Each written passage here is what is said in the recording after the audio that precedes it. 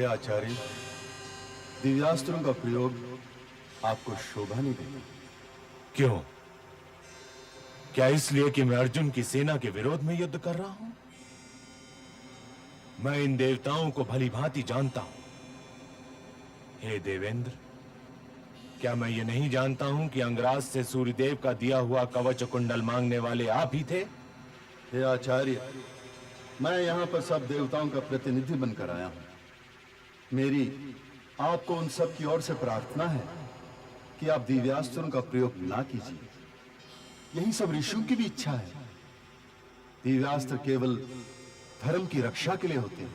आपने ये कैसे जान लिया कि मैं धर्म के मार्ग पर नहीं हूं?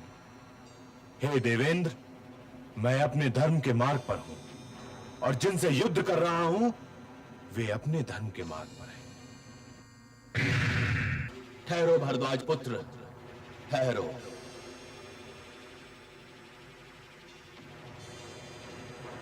परमपिता ब्रह्मा को भरद्वाज पुत्र द्रोण का प्रणाम स्वीकार हो।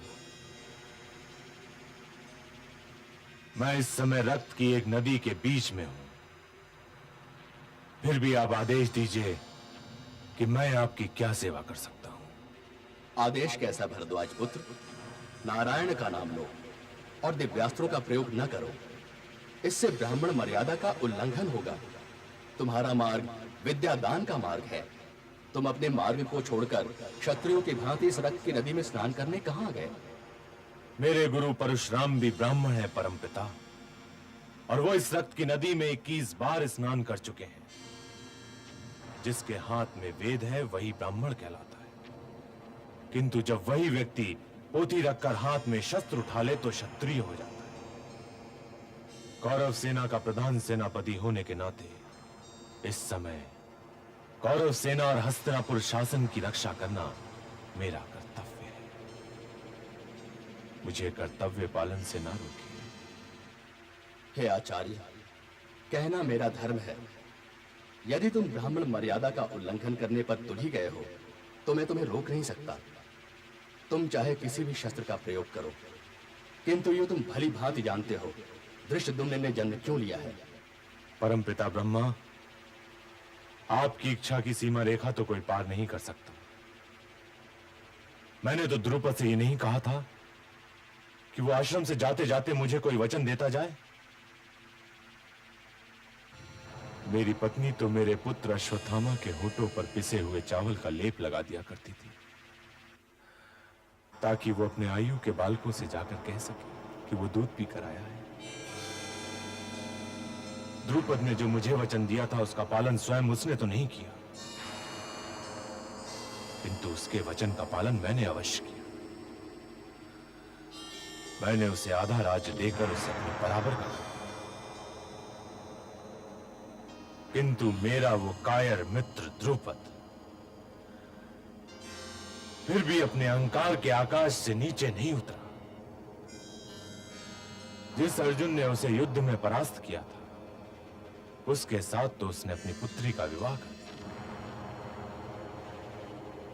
किंतु वो ये भूल गया कि ये ब्राह्मण द्रोण उसका मित्र है। हे परमपिता, यदि फिर भी अपराध मेरा ही सिद्ध होता है तो यही सही। उसने जब इंद्रप्रस्थ में अपने पुत्र के लिए मुझसे आशीर्वाद मांगा था तो उसे भी मैंने नहीं नकारा। क्या मैं ये नहीं जानता था कि उसके आशीर्वाद मांगने में क्या रहस्य है? मैं जानता था, फिर भी मेरा मित्र अपने पुत्र के लिए मुझसे आशीर्वाद मांग रहा था। हे परमपिता, मैं धर्म क्षेत्र कुरुक्षेत्र में भी धृष्टद्युम्न को दिए हुए आशीर्वाद से घबराकर महाराज धृतराष्ट्र का त्याग नहीं कर सकता। मैं उस राज परिवार का ऋणी हूं। कल तक जिसकी गौशाला में एक गाय नहीं थी, आज उसकी गौशाला में सहस्त्रों गाय। इसलिए मैं आपसे क्षमा चाहता हूं। मैं जानता हूं कि अंत में विजय पांडवों की ही होने वाली है, उनकी ही विजय होनी चाहिए। किंतु मैं इस हारने वाली सेना का प्रधान सेनापति हूं। और अपने कर्तव्य का पालन करना।